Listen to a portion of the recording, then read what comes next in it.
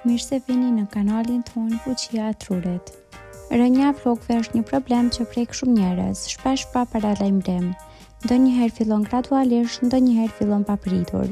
Mund të jetë një periudhë stresuese, mund të jetë një mungesë ushqimore, mund të jetë diçka hormonale, ose thjesht një zakon i gabuar në mënyrën si kujdeseni për flokët tuaj.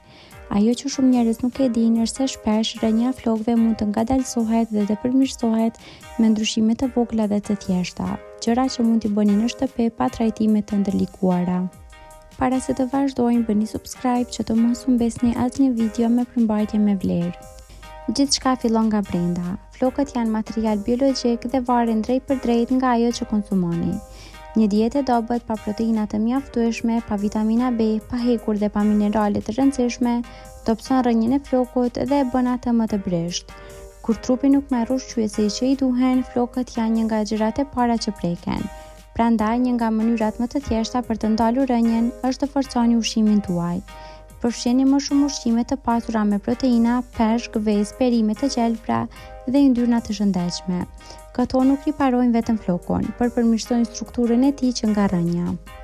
Edhe zakonet e përditshme luajnë një rol shumë të madh. Shumë njerëz i lajnë flokët më shpesh se sa duhet, duke menduar se sa më të pastër të jenë, aq më të shëndetshëm bëhen.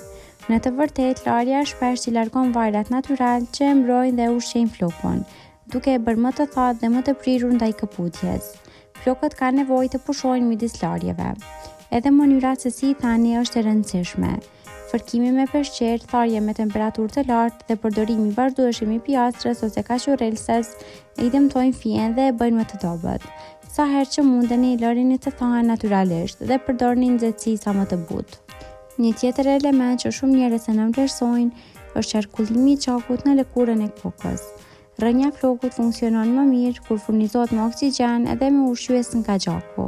Një masazh i thjeshtë i kokës edhe për vetëm 5 minuta në ditë mund të ndihmojë shumë. Mund ta bëni me majat e gishave ngadalë, me lëvizje rrethore, ose mund të kombinoni me ndonjë vaj natyral si vaj rozmarine, vaj kokosi apo vaj ricini.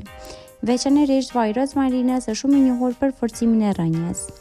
Nëse flokët këputen shpesh në majë duke sikur po bien, kjo ndodh sepse majat e dëmtuara ngrihen lart dhe thyen lehtë. Një prerje e rregullt edhe shumë e vogël i mban flokët më të shëndetshëm dhe më të plotë. Nuk është nevojë t'i prisni shumë, mjafton të hiqni majat e thata. Një tjetër faktor që ndikon është mënyra si lidhin flokët. Shumë gra i lidhin flokët shumë të ngushta, bishta të fortë, gësheta të shtrënguara ose kapse të ashpra. Kjo sjell tërheqje të përhershme në rënjë dhe me kohë flokët fillojnë të bien nga zona të caktuara. Është e rëndësishme t'i lini flokët të pushojnë, t'i lini të lirë pa tërheqje. Rënja e flokëve shpesh lidhet edhe me hormonet. Probleme si tiroidja, shtatzania, paslindja dhe periudha me stres të lartë emocional janë ndër faktorët më të shpeshtë. Nëse vëreni se rënja e flokëve është e papritur dhe shumë e fortë zakonisht, është mirë të bëni analiza të thjeshta të gjakut për të kontrolluar nivelin e hekurit dhe gjendjen hormonale. Shumë gra zbulojnë se rënja e flokëve ndalon menjëherë pasi trajtojnë shkakun hormonal. Stresi është ndoshta armiku më i madh i flokëve.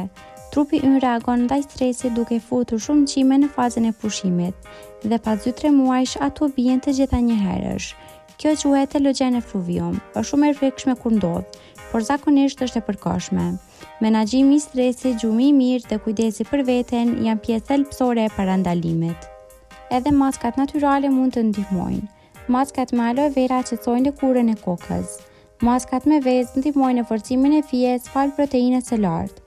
Vaji i ricinit është i njohur për efektin në trashjen e flokëve.